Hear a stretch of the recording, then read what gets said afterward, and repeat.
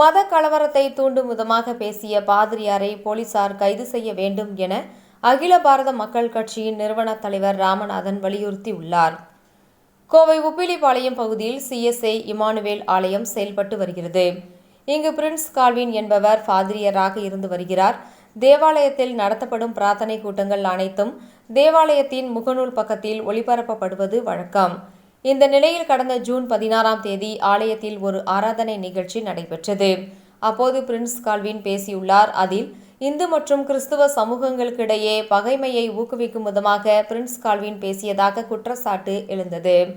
இந்த வீடியோ காட்சிகள் Facebook மற்றும் YouTubeல் நேரடியாக ஒளிபரப்பு செய்யப்பட்டது. இதையடுத்து பாதிரியார் பிரின்ஸ் கால்வின் பேசியதற்கு இந்து அமைப்பினர் கண்டனம் தெரிவித்துள்ளனர்.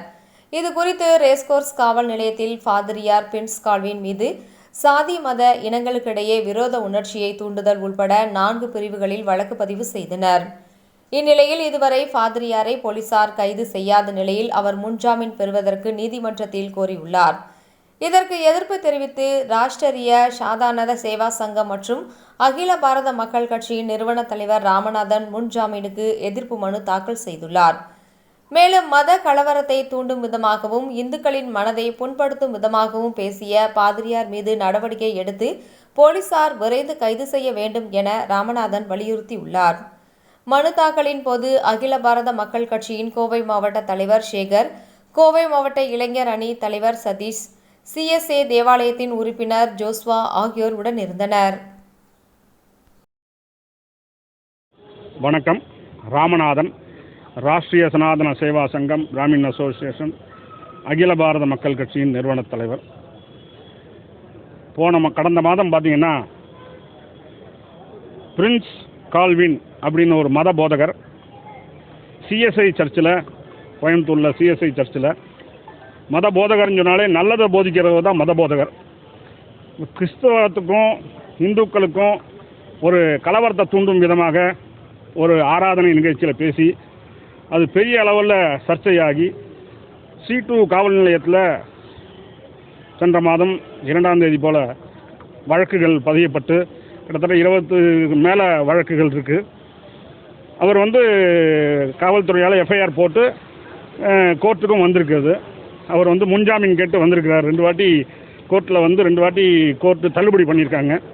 இன்றைக்கி நாங்கள் எங்கள் அமைப்பு சார்பில் அவருக்கு முன்ஜாமீன் கொடுக்கக்கூடாது அப்படின்னு சொல்லி நாங்கள் பெட்டிஷன் போட வந்தோம். அதுக்குள்ளே 26ஆம் தேதி டேட் போட்டாங்க. இப்போ காவல்துறை உடனடியாக அந்த மத போதகரை கைது செய்யணும் அப்படின்னு சொல்லி கேட்டுக்கிறோம். ஏன்னா பார்த்தீங்கன்னா ஜோஸ்வா இவர் என் நண்பருங்க, கிட்டத்தட்ட 20 வருஷமாக எங்களுக்கு பழக்கம். நாங்கள்லாம் அண்ணன் தம்பி மாதிரி தான் இங்கே பழகிட்டு இருக்கோம். இங்கே நாங்கள் எங்கள் அமைப்புலேருந்து ஒரு உண்மையான சம்பவத்தை போட்டால் கூட காவல்துறை உடனடியாக எங்களை கைது பண்ணி ரிமாண்ட் பண்ணுறாங்க. இவர் போட்டு கிட்டத்தட்ட 10 நாளைக்கு மேலே ஆச்சு. இவர் மேலே எந்த ஒரு கைதும் பண்ணலை. இவரை உடனடியாக கைது பண்ணணும்னு சொல்லி நாங்கள் கேட்டுக்கிறோம். 2-3 நாள் முன்னாடி கூட கோத்தகிரியில் ஒரு சாவு நிகழ்ச்சிக்கு இரவு நேரத்தில் வந்துட்டு போனதாக எங்களுக்கு ஒரு தகவல் வந்தது. அதனால் அவர் சுதந்திரமாக வெளியே சுற்றிட்டு இருக்காரு, ஒரு குற்றவாளி. அவரை உடனடியாக கைது பண்ணணும்னு சொல்லி இன்றைக்கி நாங்கள் வந்திருக்கோம் நீதிமன்றத்தை நாடி. எதை பற்றி பேசினாருன்னு சொன்னீங்கன்னா, மாட்டை வெட்டி திங்கிறவன் கீழ் ஜாதி, மாட்டு மூத்திரத்தை குடிக்கிறவன் மேல் ஜாதி அப்படின்னு சொல்லி பேசியிருக்காரு. நாங்கள் யாருமே ஜாதியை பார்த்து பழகலை, மதத்தை பார்த்து பழகலை, நல்ல உள்ளங்களை நாடி தான் நாங்கள் பழகிட்டு இருக்கோம். அதனால் இவர் மேலே சரியான நடவடிக்கை எடுக்கணும்னு சொல்லி கேட்டுக்கிறோம். ஜெய் ஸ்ரீராம், பாரத் மாதா கி ஜெய். வணக்கம். என்னுடைய பேர் ஜோஷ்வா டேனியல். CSI இமானுவேல் பேராலயத்தில் உறுப்பினராக இருக்கிறேன்.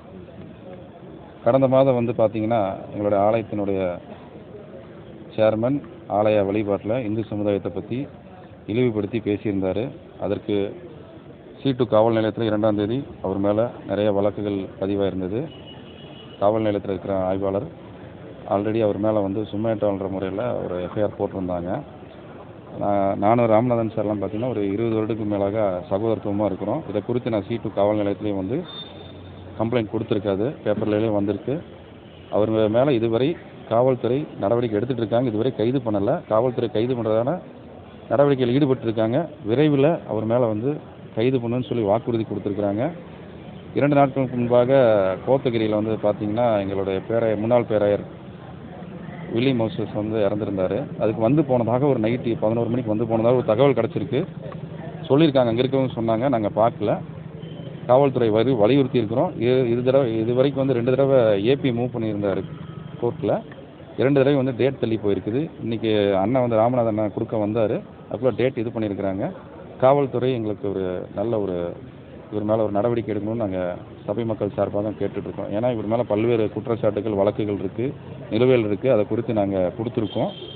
நீதிமன்றத்தை நாடி வந்திருக்கோம். எங்களுக்கு ஒரு நல்ல தீர்ப்பு கிடைக்கும்னு நாங்கள் நம்புகிறோம். தேங்க்யூ.